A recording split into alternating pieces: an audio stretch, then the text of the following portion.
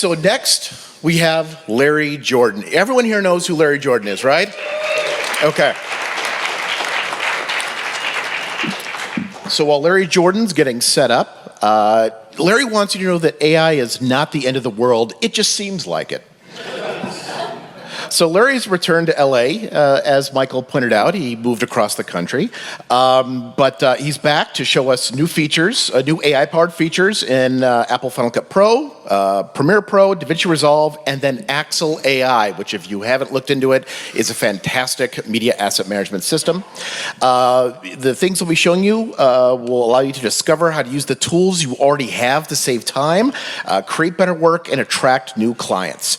And of course, he'll answer all your tech questions as well. So with that, Larry, welcome. Thank you, Michael. Let me get started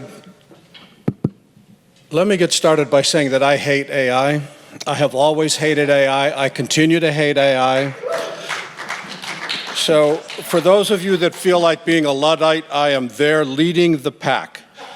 Unfortunately, AI is part of our life. It's not going back in a bottle. I've talked to Michael about this. Michael says he refuses to turn AI off, so we're stuck with it. So what is AI as far as we're concerned? Generative AI seeks to replace what we do.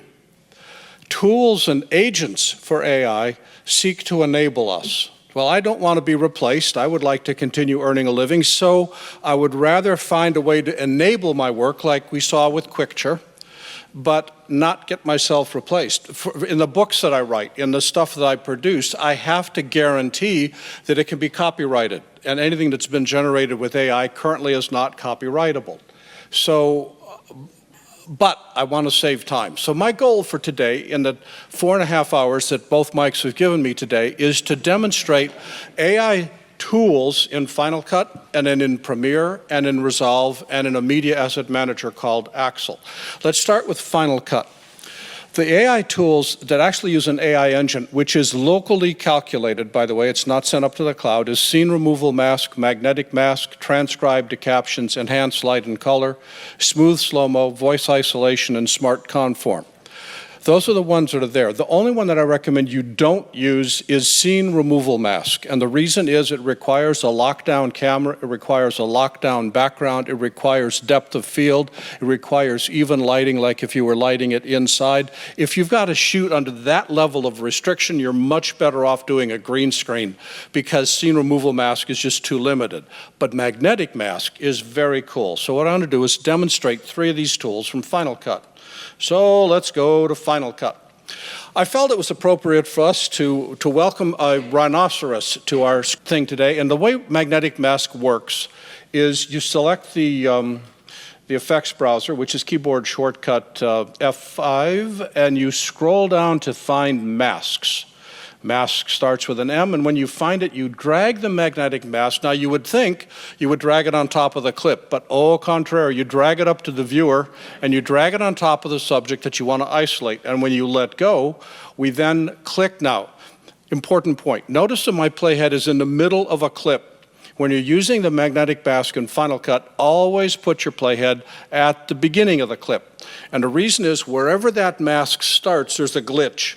And if that glitch is in the middle of the clip, it's hard to get rid of. But if it's the very first frame, you can just trim that first frame and get rid of it. So now we've got this. I'll get rid of this magnetic mask. I'll get rid of this magnetic mask because I've been rehearsing. I'll get rid of that magnetic mask and take this one and drag it up to the viewer, select the rhinoceros, and because my playhead is at the beginning, we'll click Analyze. It then goes through and quickly analyzes the entire clip, separating the rhinoceros from the background. Now, while we're doing this, I just want to remind you the reason that we are creating this, that this is a very lonely rhinoceros who has been working very hard in the zoo and needs to have a vacation. And the rhinoceros needs to go to the ocean and have a seaside vacation to relax from the role of being a rhinoceros. So we are going to put this rhinoceros in a seaside location. Now we're done analyzing, we click the word done, and poof, the rhinoceros is in a seaside location, except the lighting is wrong, so we'll just go up to the color panel, go to the effects, and just it's a exposure issue. We'll pull the mids down, we'll pull the highlights down right about there. And then the rhinoceros, what blows me away is how well placed those feet are. With the surf coming in, it enjoys the sun and the shadow and everything is just great. But I can hear you say, this is not what I want to do. No, I can hear you say instead that you want to take and identify the rhinoceros using either 2D or 3D text. But you, unlike most people, are not someone who wants to do just something simple. You want something which is complex and challenging. So what we want to do is put the text behind the rhinoceros. Now, for those of you that have ever tried to put text behind a rhinoceros, it's a life-altering experience. So instead, we're going to turn on this clip. It's a duplicate of the background, so the layer 1 and layer 3 are exactly the same clip. We'll grab magnetic mask, drag it on top of here. No, we won't do that either. We're going to go back to here, and we're going to get rid of that magnetic mask. We're going to drag it up on top of here, and then we're going to analyze it. And yes, I'm doing it from the beginning, from the middle, and life is tough. We'll just move from, oh, and I picked that up. Stupid machine. Whoever invented this software is what I want to know. This is just ridiculous. So we're going to drag and select the clip, drag magnetic mask up, select the rhinoceros, analyze this stupid thing, and get this thing to finish up, because Michael's going to take all my time away, and I got to show you one other thing.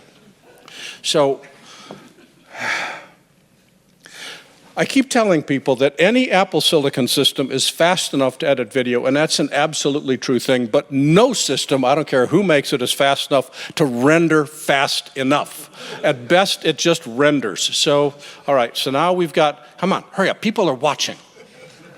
So we've got this done, we then isolate it, and because the foreground is on the top layer, the background is on the bottom layer, if I didn't screw this up, the text will fly in behind our missing rhinoceros. Let us ignore the fact that the rhinoceros is not actually there, and just trust the fact that the text is behind the rhinoceros, because there's other stuff I have to show you. One thing that is really bothersome is when you're on location and you're recording audio and there's noise in the audio. For instance, here, Paul, we're standing by. That's considered poor audio, so I want to get rid of that. And a new feature inside Final Cut is called voice isolation. It uses AI to analyze your audio and make it sound better. So we're going to turn voice isolation on and just crank this up a bit. And let's see if we can clean that up. Paul, we're standing behind the scenes of the So that's with voice isolation. Apple booth here. That's without voice isolation. No having to do a special noise print, no hum removal, none of that stuff that we had to go through in the past. We just enable voice isolation and let it do its thing. Hear it. And that's not what I want its thing to be. NAB. That's what I want to have it sound like. Now, the other thing that we can do, a quick note, is there's a thing called Smart Conform inside Final Cut. And what that does is that it takes a horizontal project and converts it to vertical. There's two different ways that we can do this. Final Cut does it one way, Resolve does it another, and they both have problems, or they're both wise. What Final Cut does, if I select this, Command-J, go up here and change the setting from horizontal to vertical, and then set this to 1920, 1080. Because of the way spatial conform works, it squeezes the entire picture to fit inside the frame. I want to now reset this, so I select all of my clips, I go up to Modify and say Smart Conform, and it goes through and analyzes all of my clips, scales them up, and centers the image inside the frame without using keyframes. Which means that if the person's moving around inside the frame, the background remains stationary. If I do that inside Resolve, Resolve centers on the nose, and the nose stays in the frame, but the background is whipping all over. Now, if you've got a person that's marching back and forth on the stage, then you want the Resolve form. But if you get whiplash from watching the background changes because the person's moving your head, you want the Final Cut version. There's no right version, it's just simply the fact that you have the option. Now here it's automatically converted that from a horizontal to vertical. The only difference here is that in Resolve, Resolve makes a duplicate of the sequence and Final Cut replaces the existing sequence. So if you're doing it in Final Cut, duplicate the sequence before you do anything else. So let's take a look quickly at Premiere. If we look at Premiere, tools in Premiere are media intelligence, speech-to-text, text-based editing, which is wicked cool, caption translation into multiple languages, and generative extend, which is mind-bending, as well as the rest of these, which I don't have time to demo. If we take a look at each of these, what I want to show you first in Premiere is this feature called Media Intelligence. Media Intelligence is this icon way up here in the corner, the most obvious possible place to put it, which is right here. And it opens up a window, and I want to find footage based upon entering a description in text, like winter sun, S-U-N. And notice there, it found a file that is already inside my project using a text description, yet in the file name, the word winter and sun don't appear. There's no metadata that says winter sun. It's mapping, it's called contextual search. It's describing the shot and allowing me to search for it. Or here, I've got winter sun, or here, I've got winter sun. So I'm able to use media intelligence to search clips that are inside the project, but it doesn't allow me to search clips which are not yet imported into the project. To do that, another program called Axel AI is an extension that fits inside Premiere that allows us to do contextual searches across all media stored across our servers or local storage or anywhere that's accessible over a local area network. I'm dialed into a an M4 Pro Mac Mini, which is back in my office in Boston. And I want to do a search for, got to check my notes. I want to do a search for, oh, let's look for an elephant. Elephant, click in the search box. And yeah, there's an elephant. So I want to search just for video of an elephant. And it goes through and it looks for, did I spell elephant right? Yeah, oh, and I want to do a contextual search because I never labeled my clips. They're all various forms of numbers. And click here. There we go. I've now looked through all of the files of my trip to Thailand when I was shooting an elephant farm, and I have all these movie clips of elephants. And yet, as you can see, the file names are just IMG followed by a number.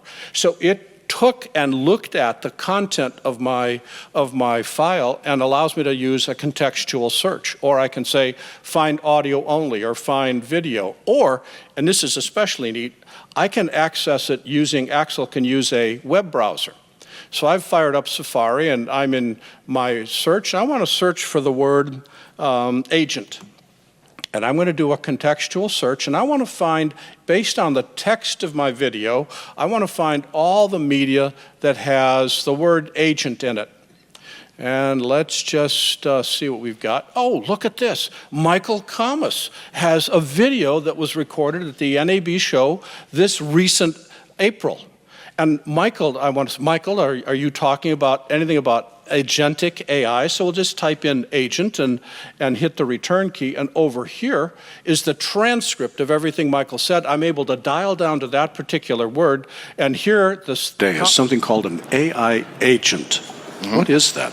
Well, right now, if you want to use something like ChatGPT, right? You're going on a website, ChatGPT, and you have all the models and all the different abilities. Now, this is my speech, not Michael, so I'm not going to give him any more time than that. But what I'm able to do is I'm now able to find, based upon a description of a picture, description of the audio, description of the video, I'm able to search for text, individual words. I can create subclips from Axel and move it over into Premiere or Final Cut or Avid or Resolve so that all the media that I have access to throughout my entire facility can be indexed. I'm right now tracking 162,000 assets, and I'm able to access them within a half a second remotely using a reverse proxy server to a Mac Mini, which is driving all this stuff, feeding, anyway, it's too exciting for words. I want to keep going with Premiere. Another thing that we can do with Premiere is, this is an empty sequence, and I want to open up a conversation I had with Kylie Pena. She is the senior marketing manager for all of the video applications. If I go to text, I really like this clip here, so I'm going to select the text and type a period, and notice that by reading the transcript, I can now edit that video down to the timeline, without me even having to look at the picture. Or here, I want to go back to this clip, and let's go back to text. And I want to use, I'm just going to grab this paragraph here. If I was doing this for real, I would actually read the paragraph, but that's just above and beyond the call of duty here. And I'm now able to build this entire sequence by looking at the text, typing in a keyboard shortcut, so as fast as I can read, which is much faster than I can listen, I can build the entire sequence. Then, when it comes time, I can not only create captions, let's go to text, let's go to captions, let's create captions for this, go for it.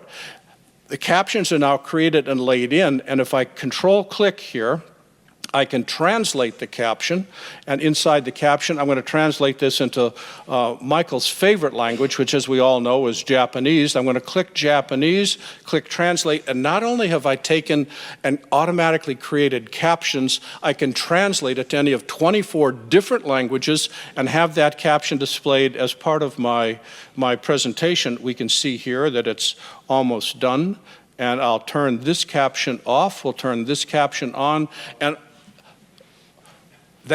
look at how long that took. Not as long as I could spell Japanese. I think that's pretty cool. Now, let's try one more thing. There are about 24 AI features, but this one just left my jaw on the floor.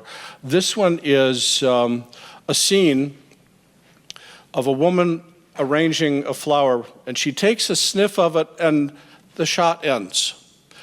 Because I only have a few minutes, the process of generative AI requires me to select this tool here, stretch the end of a clip up to 2 seconds for video, 10 seconds for audio, send it up to the cloud where Adobe Firefly will generate the video, and the entire process, because I've timed it, takes 2.5 minutes, which I don't have. So what I'm going to do instead is I've already generated it. We'll turn this on. We are watching the bottom clip. The top clip shows where reality ends, and then the generative AI kicks in. Now, AI, and we're done. If you have that one shot where you just need 20 seconds more to put the dissolve in, we can now stretch it up to 2 seconds and have it automatically generated. It's just amazing. Now, let's move on to Resolve, because otherwise all of our Resolve people are going to be really depressed. So there's 8 gajillion features of AI in Resolve, some of which are not yet shipping. This is Resolve 20.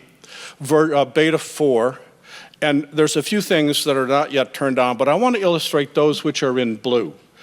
Let's start with animated subtitles. Now, you've seen animated subtitles all of the last 5 years because TikTok and CapCut are awash in them, and Resolve was feeling lonely and left out, so it decided, I want to do this too. So let's just go over here and turn on animated subtitles. I have speech-to-text inside. By the way, this requires the studio version, not the free version, so you guys are going to have to pony up and spend the money to get this. Anyway, I've got the captions. I'll get right to the... Thank you very much. It's good to know, but I want to animate them. They have to look cool. So I'm going to go to the effects panel. I'm going to select titles. I'm going to scroll way the heck down to where it says animated. I'm going to grab Lollipop and just drag it right over here. Exciting stuff. First, what have you got that's new for the show? You're going to be surprised to find out that I have a lot of new things. No. Is that not cool? Now we have 5 different ways of animating. I've got Lollipop and Statement and Rotate, which is just don't even bother. And then I've got Word Highlight and Slide In. We'll do Word Highlight because that really is the closest to the disgusting nature of CapCut. No way! I know, it's the first time that's ever happened. We've got new updates. My fingers never lift my wrist. This, I can't tell you how many emails I get from people saying, Larry, there's a logo here I have to get rid of. This logo should not be there. I've got to get rid of it. Now, this is video, not a still. So what we're going to do is we're going to go to the edit page right here. We're going to go to Effects, and we're going to go down to Open Effects, and we're going to look for, we're looking for Patch Remover, and it's here somewhere. if they had a search in here, it'd be a whole lot easier. Just type the word patch, Larry, and shut up. Let's move over to here, drop that in. We'll change this setting so we look at OpenAI. This is where the shot is coming from. We'll just put that on what I want the shot to come from. We'll put this on where I want to get rid of, and then we'll switch back out of here and play it. Ta-da! No logo. And no small animals were hurt in the making of this special object. This one's even trickier. I've got this wonderful drone shot, and there is a white horse in the middle of the green grass. I don't want the white horse in the middle of the green grass. I want to get rid of the white horse in the middle of the green. How do I get rid of that? Funny you should ask that. We have to go to the color page, because why should it be on the edit page? We have to go to the color page. We go to the color page. You know, it's not your fault, really, okay? Just so you know, we want to put a mask in place. So we're going to click on one of these incredibly incomprehensible tiles down here that says window. We're going to select this, and we're going to click on an ellipse, and we're going to highlight. If you want an inscrutable interface where the icons make no sense whatsoever, look at Resolve. Resolve is it's an exercise of people that hate people, I tell you. Holy Christmas. So the next thing I want to do is I want to track this, and I'm going to click here and say track. I'm going to click both directions, and it's going to follow that horse. By the way, I'm running on an M1 Pro, MacBook Pro, just so you know what I've got. We're going to add a new node. Where's the new node? Add node serial. Whoever understands nodes is clearly not human. I have no idea what they do. And as far as I'm concerned, the less I know about nodes, the happier I'm going to be. Let's just get rid of object and drag object removal on here. We're going to then do a scene analysis. It's going to look at the scene and say, okay, great, I see what's going on. And then it's going to say, build a clean plate. It's going to go through and build a clean plate. And by the way, there our horse is not. Is that cool or what? There is a magic mask inside of Resolve. It's okay. It's not great. The mask inside Final Cut is better. There is a multicam smart switch which requires rendering. I'm going to try to show it to you, and I'm going to be done in 3 minutes. Oh, 5? I'll slow down. So let's go back to the edit page, and we're going to go to multicam smart switch. This is a multicam clip. And let's just turn this off, and let's just turn this off. This may or may not work, my children, because I can't remember how it works. If I control-click on this, notice down here it says multicam smart switch, very much like QuickChir. Where QuickChir is doing its edits based upon the soundtrack. They're doing a transcript, but basically it's all audio-based. We're doing a multicam edit based upon audio. I'm going to take the defaults, click through here, and notice that quickly it is sliced up a multicam clip by speaker. Now, the question is, can I actually show the finished version? And I may or may not be able to do that. But suffice it to say, as you look down here, every time that somebody else talks, it cuts to that multicam angle. It actually has to go up to the cloud, it actually has to think, and it's actually going to take about 4 minutes to do, and I don't have that much time, so I did the analysis ahead of time just to be able to show you how this works. But that is also very cool. Another thing that I love, I'm a big fan of audio, so a lot of times we want to be able to build a multi-track audio, but I've got everything built into a single clip. If I go here inside the Fairlight page and say AI Tools, checkerboard new tracks, it automatically splits the audio so each speaker is now on their own track. You can apply EQ and dynamics based upon each speaker. This also requires calculating of AI, but it takes less than a minute to do. It's about real time in terms of calculation. None of you are ever so gauche as to try to edit based upon the beat of the music. I mean, heaven forbid you try to hit the beat. And if you've got music like this, where's the beat? Beats the heck out of me. Right mouse click on this, on a clip, I'm on the edit page, sorry. Whoever invented this? Show music beats. Okay, quicker, faster, people are watching. Thank you very much. Notice that I now have beats in here. Except, it's really heavy. I want to have a different instrumentation. So I'm going to go up to Effects. Am I on the edit page still? Wherever I am. Where is, okay, I want to do Music Remixer. So we're going to go to Music Remixer. I'm going to turn the Music Remixer on. I want to take the drums out. I want to put the drums in. I can change instrumentation under the control of AI. And for my last demo, I want you to think about this for a second. All the tools that I've seen, all the tools that I've shown enable us to do that which is very difficult, but enable us to do it much faster. This next one, well, you decide if it's a good or a bad idea. It's called Voice Convert. Now, this actually takes 4 hours to build the sound model, but here's my voice, which I recorded myself personally on a handheld mic. This is microphone 1. One of our key audio challenges is getting the same talent recorded on different days using different mics to sound the same. Except, I don't want that to be in my voice, and I don't want it to be in some sort of artificial computer voice. I want to have it be in the voice of an actual person. So I'm going to change this, and I'm going to put it in the voice of Kylie Pena, who is the Chief Marketing Manager for Adobe. It now renders the audio. This is microphone 1. One of our key audio challenges is getting the same talent recorded on different days using different mics to sound the same. Now here's her actual voice. We are trying to create video tools for people doing all kinds of work. Now, the question I've got is what happens if what I recorded was, I think Adobe is okay, but I think Resolve is better. And it comes out in the voice of the person that's head of marketing for Adobe.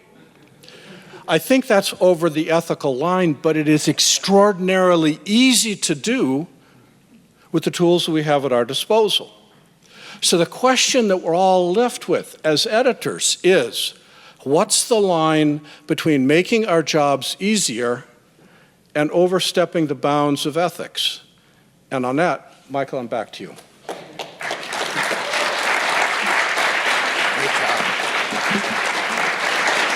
Can we bring the house lights up, please?